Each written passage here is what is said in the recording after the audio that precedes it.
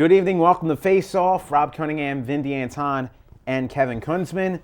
As we start this week with a beanball, maybe.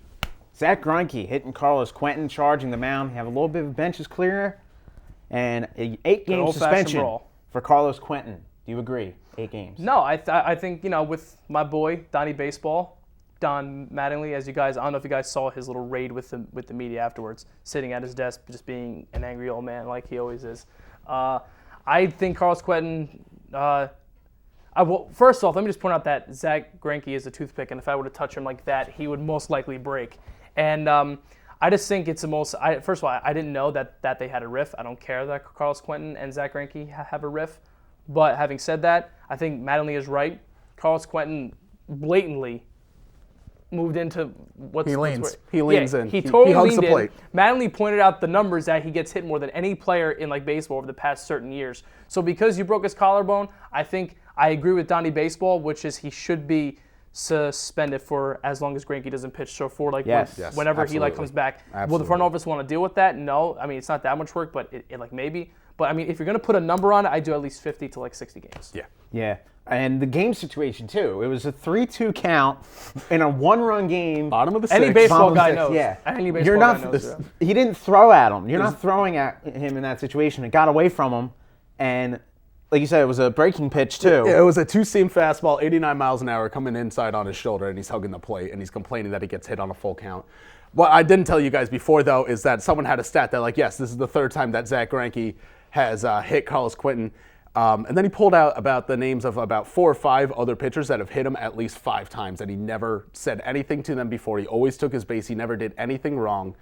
Off-speed pitch, 4-seam fastball, it doesn't even matter. He just doesn't like Zach Greinke. It's completely pointless. And I was getting so tired of the fans commenting on all these threads and everything, saying that he needs to suck it up. They need to get over the fact that there's brawls and these are going to happen in baseball. When a brawl happens in baseball, it's because a guy hits another guy almost in the head, in the back, with a 95-mile-an-hour fastball that could possibly kill you. You have every reason to charge them out and beat the snot out of a guy if that happens. All I have to say about Carlos Quentin is look at your career. You play for the San Diego Padres. That's what you've been resorted to. And that'll be the best hit he gets all year. That's his hit. Zing, right there. Moving on. Moving Padres on stink. to the Atlanta Braves, sticking with baseball. Bud Black. On fire, 1 loss to the Phillies and Cliff Lee, who are awful. Cliff Lee's the only good player on that team right now. But anyway. Ben Revere has a glove. We saw yesterday, yes. It was a very nice play. Todd Frazier. Anyway, the Atlanta Braves, the key to their early success, guys. Double-edged sword. Timely hitting. They're only hitting 258, which isn't that good, but they're hitting 781 on base plus slugging, so they're getting on base and then they're driving them in. So when they don't hit that often, but when they do, they drive in runs. It's 6th in the majors, 2nd in home runs as well, and they're pitching. Best ERA in baseball. They've been good with timely hitting and pitching. 1.58 ERA, 788 slugging. That's good for just a regular player. A whole lineup hitting that is phenomenal. What you usually see with MLB teams when they got off to fast starts, it's because they're slugging well. They got the big bats going early, rolling early, and pitching's holding off well enough. This pitching is definitely the best right now in the MLB. I think that's the weakest point, actually, starting pitching. I think that's why the Nationals will, eventually tail off and catch up. I like that bullpen. And I think this offense is explosive. I think they have more talent and more big names than the Nationals, and that's why they're going to stick around. But what impressed me most is the sweep on the road against the Nationals to start off the season. That was great. Yeah, and I think, Rob, you hit the nail on the head with the numbers. But between that, I think it just comes down to that they're just a well put together team by a great front office. They're well coached, and I think it just goes to show what type of organization the Braves are and have been for the past 15 to 20 years. They just know what they're doing. And again, maybe the average in baseball doesn't matter that much, because as long as you're driving in runs when guys are on base, now how long can you keep that up? I don't know, without getting hit, a couple hits here and there. But I think they're fine. Again, I'm just curious to see how their bullpen will be later on in the season. But for now, the key is just a great front office, a great organization. They got crappy fans, but that's really all they don't have is good fans. Who would have thought that when Chipper Jones left, they got even hotter? Seriously. Yeah. How do you replace that? Well, that's because you're taking, I mean, Chipper Jones should retired 5 years ago, so you're technically taking And all out that this part is of the lineup without out. Freddie Freeman as well. He's on the That's- DL. So How they're long going is to he get. out for? Because I think he's a great player. 15-day deal, was it? Yeah, he was only put on 15 days. I hope he comes back soon expect because him I have to. him on my It was a fantasy. small injury, but Anyway, moving to NBA now. Kobe Bryant, torn Achilles. I'm gonna Out- go on my yeah. Facebook and cry. Yeah, torn Achilles, out for the rest of the season, probably out until the middle of next year. So how are the Lakers going to do without him, guys? They're battling for that 8th playoff spot. they're right not now. going to do. They're not going to do anything. They're not going to do well. I can't picture a functioning Lakers offense that's running through Pau Gasol and Dwight Howard every night. Like Steve Nash is Magic did it. borderline. What? The Magic did it. The Magic did it. The Magic did it on defense. The Magic had 3-point shooting. They had great corner shooters, and they had Dwight Howard actually playing at his full prime. This is not Dwight Howard. This is a little bit. That of was when shade. Hito Turkoglu was actually good. Remember, Ben? I heard a rumor the that contract. Dwight Howard actually celebrated when he saw Kobe went down. He did like a little fist Well, bump or I something. saw a He made picture he made an on excited Kobe's face Facebook like today yeah. of Dwight Howard at Kobe's house, and Kobe looked happy. But really, swear to God, look it up. But but it's funny you bring up Dwight Howard. I think just because they're the Lakers, they're just going to do some type of damage. Yeah. I mean, They're if gonna they- hang in the, there. The only thing is they are going to be the 8th seed, so they have to play the Spurs. yeah. But honestly, I think you're going to see Dwight Howard show up now because Dwight Howard now has something to like prove. Yeah. And I think if anybody's going to beat the Spurs, it's them. Well, the Thunder. I'm calling it right now. That game, that Really? series will go 6. The Thunder are number 1 right now.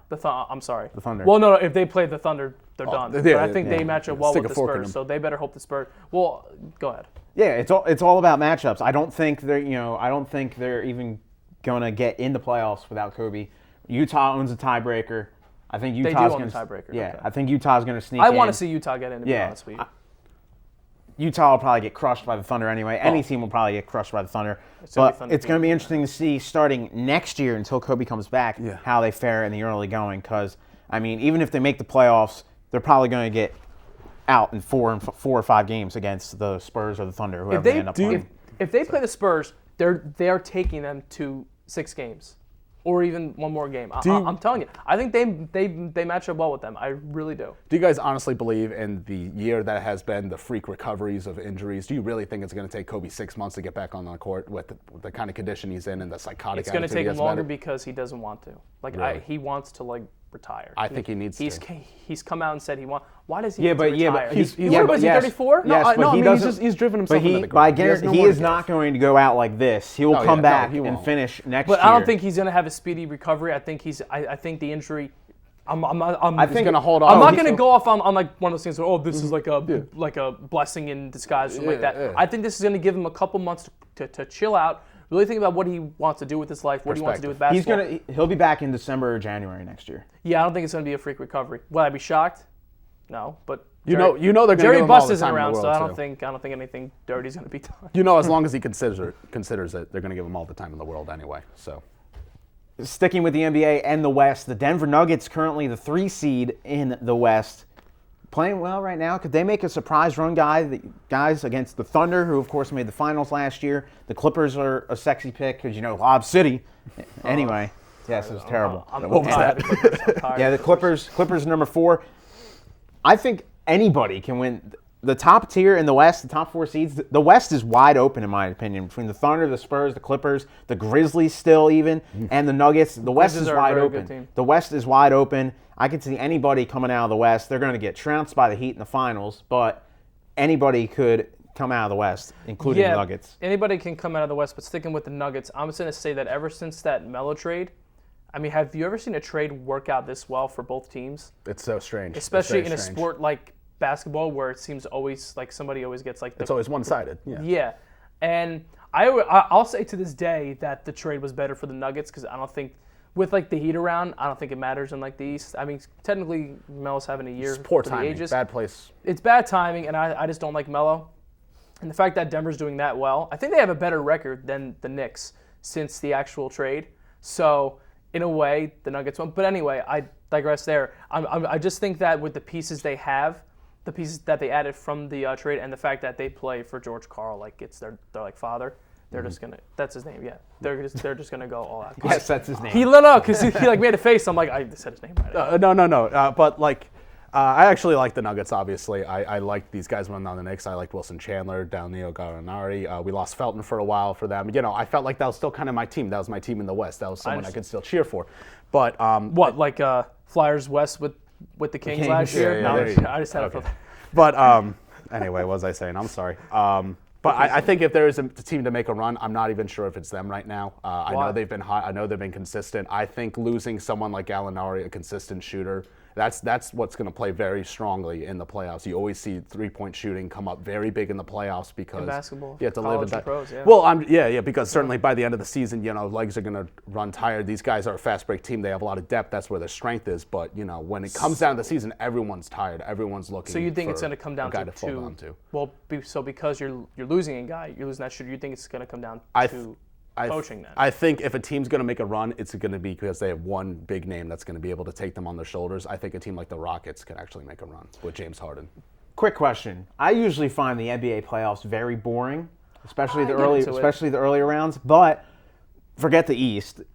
With the West this year, are you legitimately excited to watch the West in the NBA playoffs? The only thing is always that am. hockey The playoffs matchups. are at like the same time, kind of. Right. So I'm more into that. But Because the NHL playoffs are usually more exciting than the NBA. But are you legitimately excited to watch the Western Conference playoffs in the NBA this year? Selfishly, I'm excited because the Nets are back.